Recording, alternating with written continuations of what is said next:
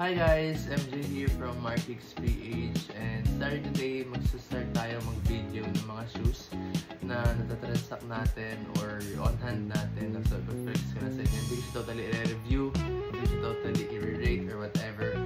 I'll just show it to you guys para makita siya clearer and actual on hand pictures or videos of it para mas ma-appreciate niyo yung mga shoes. So, to start with sa ating videos na to, meron tayong client na umorder ng Puma Speedcat size 7.5 women's, and ito siya. Hawak ko na siya pero hindi ko siya na-unbox. So, hintay ko talaga na makapag-video para ma-unbox ko and ma-share ko rin sa inyo ang thoughts ko sa Puma Speedcat na red. Medyo matagal na rin ito nag-viral. Nag-start ito ata ng sunod ni Art Evangelista. Not sure if meron pa before pero doon siya totally na-notice. Then nag-post tayo sa groups, nakamenta na tayo ng ilan, and then yun nga, nag-order last week na Speedcat na red, so it's pre-order and waiting na siya. Within 3 to 5 days naman, napaprocess na sa Markix PH. So tara, unbox natin ito guys. Let's go!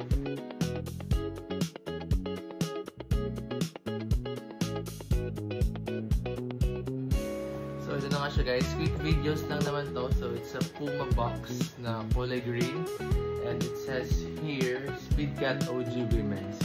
So actually, merong mga men's na na-convert lang to women's sizes, pero ito lang po natin is mismong women's size na 7. So actually, sizing nito conversion is, for example, 5 men's, it will be 6.5 women, so plus 1.5 lang guys for your size preference.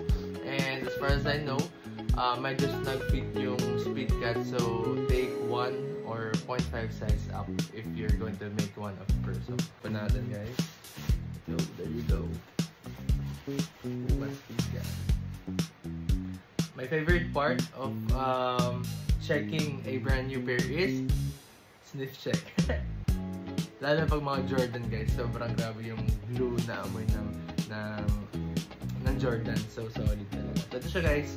Okay, so yun nga, from the box it's green, tapos ito yung tag niya. And then, the shoes itself, ito yung right piece. Right there, right piece. Right siya, yan.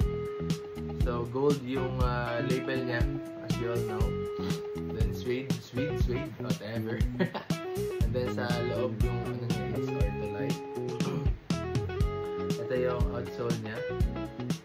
Okay. So, the Puma logo here, the red one. And then, yeah, basically, yun lang siya guys. If meron kayong specific questions, pwede nyo i-comment dyan. And then, yung kabila naman, ito yung kaliwa. So, same. Red lace. Puma logo here. Puma logo here.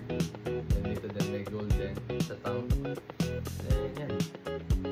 Dito rin may logo din. Basically, yun lang naman. Ito. And sabi ko, hindi mo tayo magre-review dito. Gusto ko lang ipakita sa inyo.